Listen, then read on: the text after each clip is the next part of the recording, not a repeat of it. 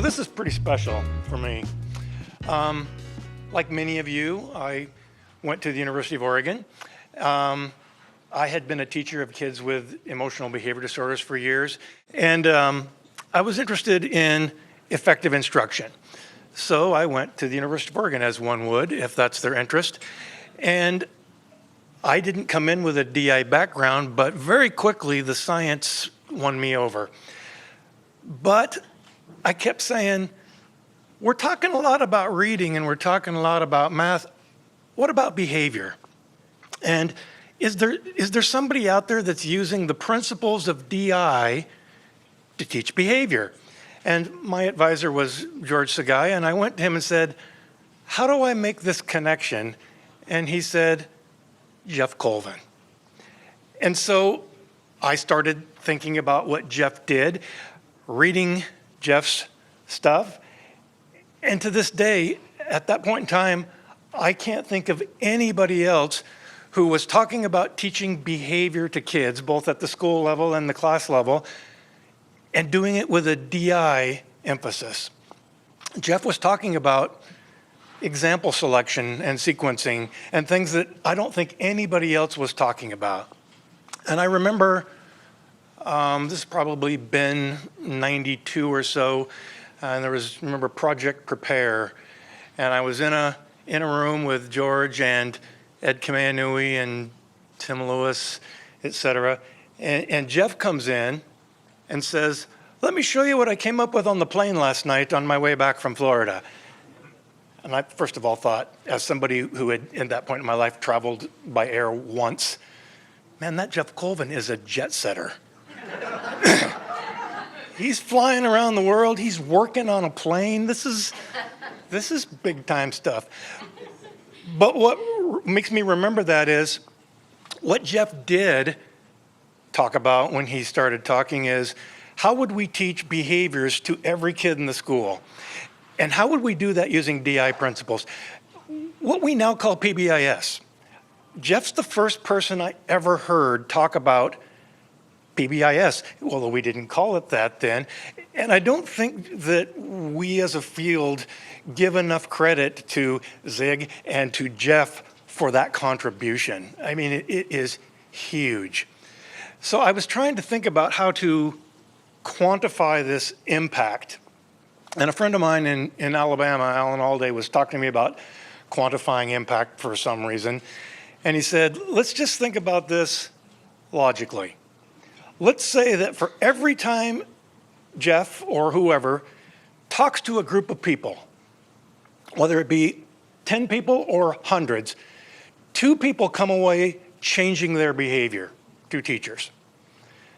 So Geoff's done thousands of presentations. If those 2 teachers change their behavior in their classroom, and that change affected 1 kid per year, and they taught 20 years, there's 40 kids.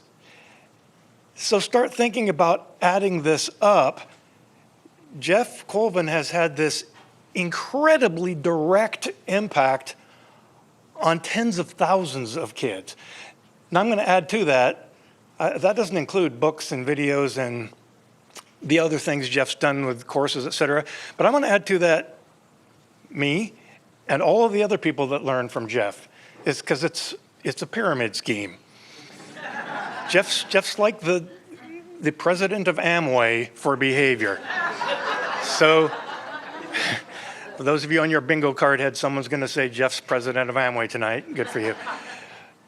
He gets to take credit for what I do, Tim Lewis, and I could just go down this list of other people, and we've all done thousands of presentations, and it all goes back to Geoff. I think conservatively speaking, it would be easy to say that Geoff has had a direct impact on 500,000 kids. Direct impact. Now, all of that, we all know, but I don't think that's what's the most special thing about Geoff. The most special thing about Geoff is that there isn't a kinder, more giving, more genuine person. And if there were a Hall of Fame for that, he would belong in there too. So it is my sincere honor to introduce my mentor and friend, Geoff Colvin.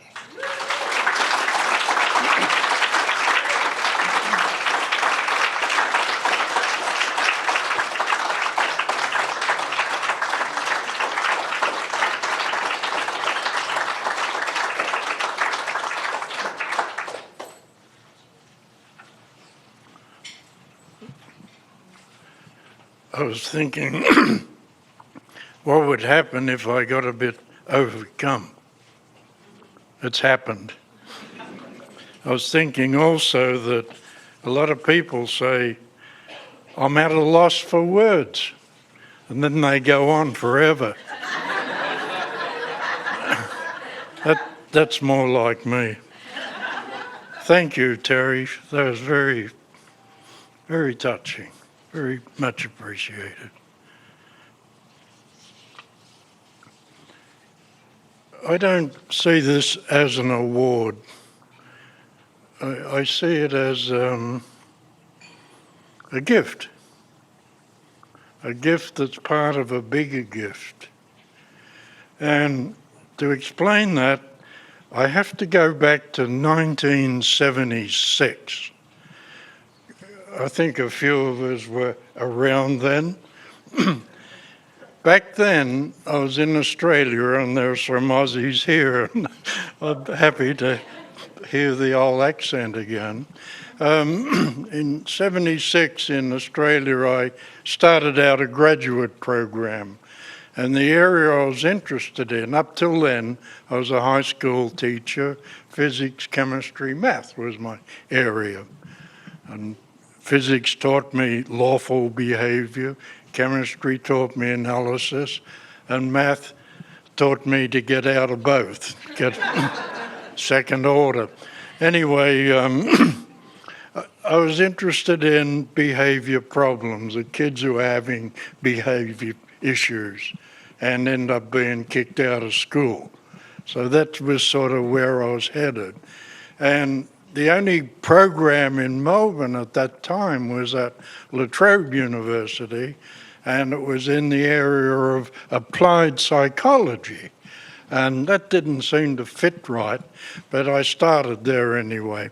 And then found it really wasn't a good fit, and I went out to Monash, another university there, and talked to a professor there, and he ended up telling me, you got to go to America to get what you want. And and he named some, and he mentioned Oregon, and named some of the people that I've learned to know and respect here. So I came here, and I enrolled in the spring of 1977. And at the end of that spring term, I was a bit disillusioned. I took class in behavior, and it just struck me as, put a label on it as behavior mod. You know, you got to get behavior and then you shape it. You work with it. If you don't get the behavior, what do? You got to do something else to get behavior. But it's following the kid in a sense. And I was a bit disillusioned, as I said. And somebody said, you ought to go out and listen to this Engelman guy. He's a bit crazy, but he's you might like him. Wasn't sure for what reason, but so I did. And I caught his closing. And I was listening to the closing, his analysis of instruction, which I found interesting, but distant. That's not where I was at. And he came out with this line. The context was teaching math and so on and other academic subjects. And then he said this, and I've obviously never forgotten it. He said, if you want good behavior, you have to teach it. And I said, God, I've never heard anything like that. Never. So I went up to him after the session and said, could I come talk to you? I got some questions. Yeah, he told me, come by the Corp 3:30 sometime. And so I did. 3:30's half hour before beer time. And so got there. He said, what's this question you have? I said, you said if you want good behavior, you have to teach it. What do you mean by teaching behavior? He said, he looked at me and paused for a long time. He said, the same damn way you teach anything. He said, you lay things out. You know what you're handing the kids. You know what you're wanting them to do. You set things up so they got a chance to do it. You remind them. You prompt them. You do everything you can to make sure they get what you're trying to do. That's how you teach behavior. I went out, my head was spinning. I'd never heard anything like that. And what got me was, I'm operating before you're dealing with the kid. I could write all that down without having a kid. And that was his big message. He can tell what a student's likely to do just by looking at what's being presented to the student. His analysis and so on, and don't go that way. So, I ended up sort of visiting with him on a regular basis. We did a book on compliance training and so on. So I was kind of hooked on that notion of dealing with the antecedents and then manipulating those to make it more likely you'll get what you want in the first place, which is no different from any teaching. So that's sort of what got me going with applying direct instruction principles to behavior. And in a minute, I'd like to give two specific examples, if that's all right. I know it's all right because you have to be nice to me today. That's that kind of thing people do. So, what did I take away from Zig with all of this? Here are some of the little gems he left me with. Number one, behavior is lawful. That's wonderful, because if it's lawful, then I can study the patterns, I can look where I can interrupt that pattern, I can change that pattern, but there's lots of things I can do. It gives me hope to change behavior. He says, behavior is learned. Behavior is learned? Golly, that means that I can teach it. If it's learned, someone can teach it. What's problem behavior? Here's a real gem from Zig. I wished he was here to hear this. He said, problem behavior, the kids have learned the wrong way. Think about that. They've learned the wrong way. That's so different than saying the kid's being a jerk, being this and this and this. They've learned the wrong way. So my task is to unravel what's going on with them learning the wrong way. And part of Zig's brilliance was to unravel misrules and all those things, and then teach them the right way, teach them an acceptable way. So that's what I kind of picked up. Behavior is learned, therefore it can be taught. And how do you teach it? What's the most efficient way to teach it? That's a hard question in this group here. I think we probably know that answer. So that's what got me going with applied, quote, applied psychology. See the difference between that? I've often been asked, so you're into behavior. What's your approach? Is it psychology? I said, no, it's teaching. Teaching? Anyway, that's it. Let's move on to the next bit. What about schools? What can we do in schools with that quote information? George Sagai had come to town about the mid-'80s, and he and I got on famously because we were both looking at this problem, and behavior modification wasn't cutting it. Too many kids, the basic problem was, and I did surveys on this around the country, their discipline plans. Step 1, here's a warning. Step 2, detention. Step 3, suspension. Step 4, expulsion. That's it. Here are the rules, here are the consequences. That was almost universal. So we wanted to change that, to teach behavior. So we wrote a grant with Ed Kameanui, the three of us. Back in the 90s, it was accepted. 5-year grant, Project Prepare.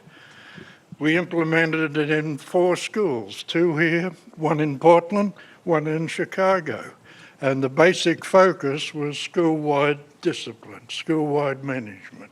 We wanted to teach behavior on a school-wide basis. 5 years, and the results were wonderful, spectacular, so that the next grant was relatively easy to get. They had various iterations, went from Project Prepare to EBS, Effective Behavior Support, to PBS, Positive Behavior Support. You got more chance of funding if you have a different acronym. So now we went to PBIS, which is on now. I called Kent McIntosh, who's the head of co-director of PBIS at the U of O here. I said, what's the status of PBIS in the schools today? Oh, I better speak to the mic. Can you hear me at the back? How am I doing so far? Okay. Here's from Kent. He's one of the co-directors. There's centres of PBIS around the country, 3 of them. He's one of them. As of August 2025, 28,052 schools in the US are using PBIS, defined as trained by the centre or state teams supported by the centre with an active team and with a current action plan. 28,000. So it sort of hit a need. You know, you're trying to get teachers to do stuff. What do? Teach. So wouldn't that appeal to teachers to teach behaviour, for goodness sake? It's not an extra. It's part of what you do. Over 35 countries around the world have active PBIS initiatives. So 35 countries, 28,000 schools. That's a reasonable growth from 4. Okay. Two more examples, if I may. Again, DI principles, behavior.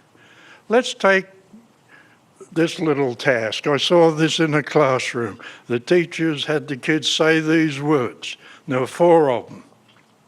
I forget the 4 words, I'll make them up. Come, bend, stop, or maybe this wasn't one, but the last one, Jerry helped me out, was shut. Now, shut is 2 letters, that's a combination, right?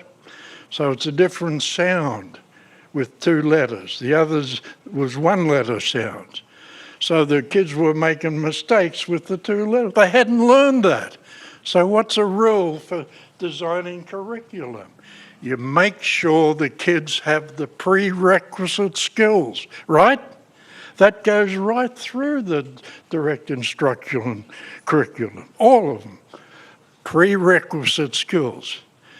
Several years ago, I should say many years ago, I had a little contract to work with a group home at Mount Shasta.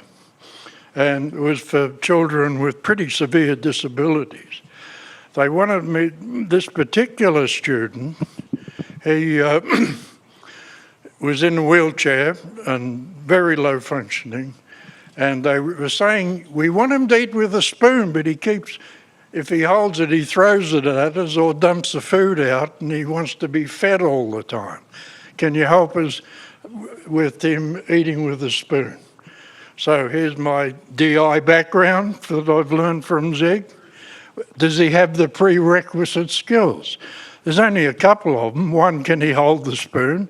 He sure can. He's been throwing it at him. So hold it not for long. And then secondly, does he have the range of motion? Can he move the spoon to his mouth? So sort of quite gently, I messed around with him for a little bit, so it's a bit of fun, and then got his finger on his arm and tried to get it across to his mouth, something like that. And I couldn't get it. It hit a wall there. And I said, well, maybe that's too close to the feeding that he's been fighting for years. So I moved it across so it's different.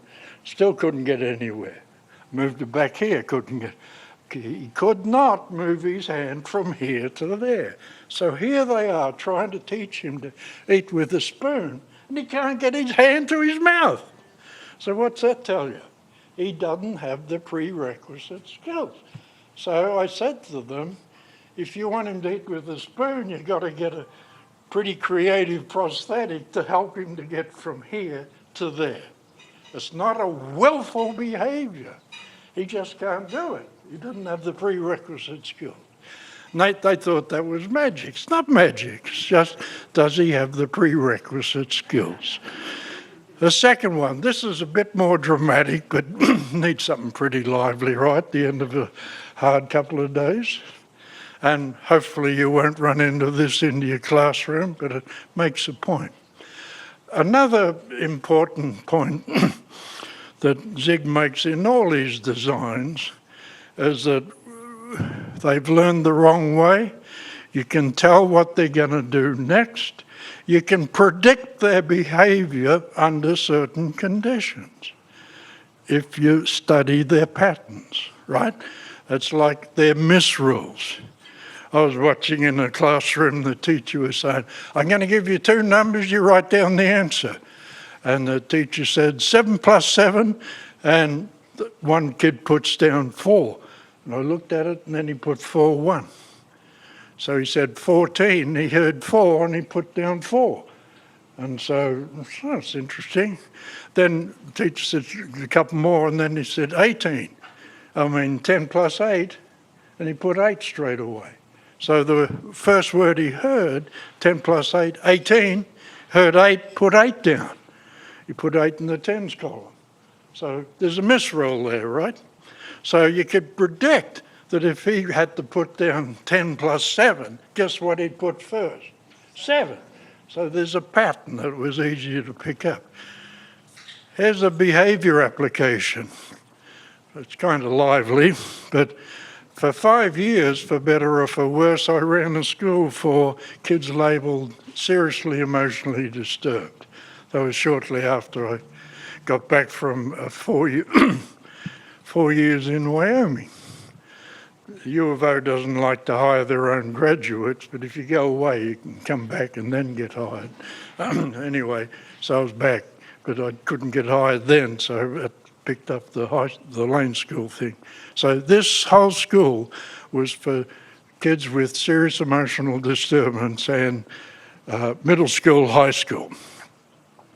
So this particular student is about 15. He's sent to the office for insubordination.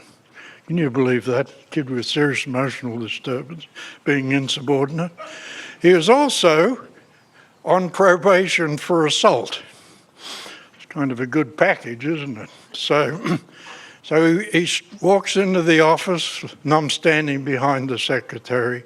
A wise principal always has the secretary's desk and the secretary in front of them for protection. So the kid comes in, walks into the office. Secretary's typing away, being busy, especially when I'm there. And the kid reaches in, you know how you got your computer and she had a little clip thing there, she was copying something. So he reaches across her, pulls out the sheet of paper that she's looking at for typing, then looks at it and says, "What a pile of crap," and throws it up in the air, and down it goes and it hits the floor. Now, think of the pattern of my turn, your turn, right? Just think of that. So when it hits the floor, what do you think he's going to do? He's going to step back and see what I'm going to do. So that's kind of an engager, right? So it hits the floor. Then he goes like this. So he's looking at me. So is the secretary, by the way. So it's my turn. So am I going to tell him to pick that up? He's already there for insubordination. So what's the likelihood of him picking it up? If not zero, pretty close, plus other behaviors. I'm not going to touch that. Not then, I'll deal with it later. So I'm not going to touch that. So I said, the routine we had was, you go to the office, you go straight to this little room we called detention. So his job was to go to the detention room. So I said to him, well, can you hear me at the back now? Yes. I just want to model it with Steve. Steve's cooperative though. So I say, Jesse, you've been asked to, oh, I can take the mic with me. Obviously, haven't done this for a while. Lucky me. All right, Jesse, you've been asked to go to detention, or I'll have to call your PO. PO's his probation officer. And if I call his PO, he could go back to juvenile, who knows where it would go. But he has a probation contract to cooperate at school. So if he violates that, the PO has to be notified. So he's close to that. So I tell him, you've been asked to go to detention, or I'll call your PO. Now, I add this. You've got a few seconds to decide. I want to leave it with him. If I stand there looking at him, then it's confrontation. But when I leave it with him, it's less confrontational. So, just do it again. Jesse, you've been asked to go to in-school suspension, or I'll call your PO. You've got a few seconds to decide. Then I pull away from him. Now, whose turn? His turn. Guess what else? He loves this game. So is he going to take a turn? You betcha. So what he does, he stands up, goes to secretary's table, grabs her cup of coffee, comes back to me, holds the coffee in my face. Can I tell you what he said? You're okay with the language? Okay, he says, it makes the point clearer.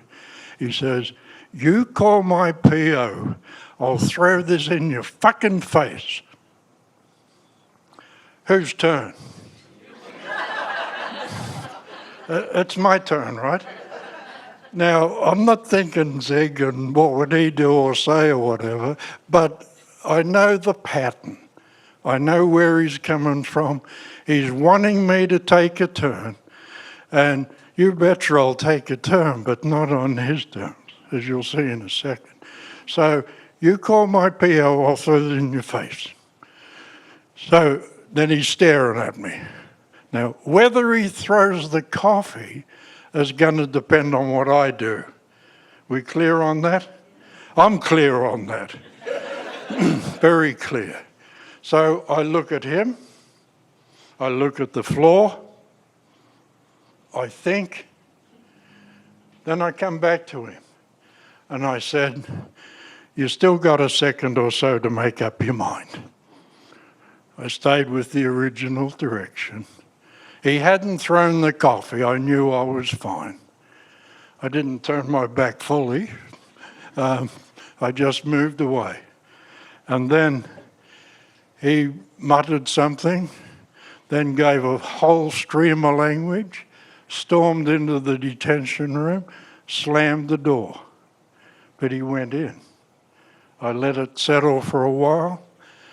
Then I went over, opened the door. I just said, I didn't say thank you. I got a lot of stuff to follow up on. But I just said, you made a good choice. I'll see you shortly. I just wanted to acknowledge that he backed off and did that. Then I had to follow up on the insubordination, messing with the secretary stuff, threatening me. Did I call his PO? No. He went into the room that was required. And the long and short of it, he ended up back in his home school. He graduated from high school. I don't know where he is today, but he got through school. And at Lane School, where he was, he had that big need to control. So we put him in charge of a lot of things that he could control that were functional and constructive. But after he paid his dues on all this other stuff. So what I was able to do, if I can put it like this, what I learned from Zig was there's a pattern of behavior. I've got to interrupt it. I know where he's coming from, what he's expecting of me, and I'm not going to do that. And I'll just try and shift it this way instead of that way. And frankly, I knew when he went into that room that this would be a turning point for him if we could get through it, and we did. And he did finish up in school, so I was very pleased with that. So there's 3 levels of where Zig's brilliance has helped in the schools, and I feel that I've had the opportunity to run with it. And it hit me at a right time. I was hungry for something like this. So I'm about to finish up, and Brian says, yeah, finally. But I have one more thing to say, but I might say it 3 different ways. First of all, a common question I've had over the years is, who's going to take Zig's place? And he never answered that himself, as far as I know. But here's my answer to that, given he never answered it, is that the way we take his place is to do what we're doing now. We do the best we can. Here's my role as a teacher. I'll be a darn good teacher. Here's my role as administrator. I'll do that. Whatever you're doing, do it well. And keep trying to do it better. But what you're doing now is what we do to not so much replace Zig, but to keep the show going. So I'm very grateful for this award, and I feel super privileged to have gotten it, and I'll treasure it. And the last thing I want to say, and the final thing, Brian, is this thing I've learned, is that the best and the most proactive thing we can do for kids in schools regarding behavior is have them learn their basic skills. If we can have them learn their reading, writing, math, and spelling, we'll catch most kids. And the ones we don't, we still have tools and procedures to help turn their behavior around. That's number 1.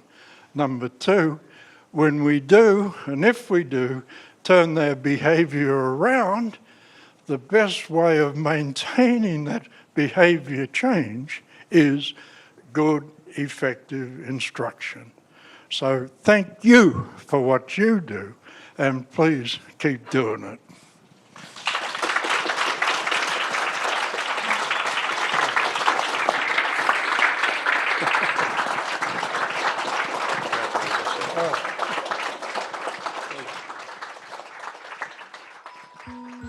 NIFTY provides implementation guidance to school and district leaders, as well as training and coaching to teachers implementing direct instruction programs to ensure that all students are successful.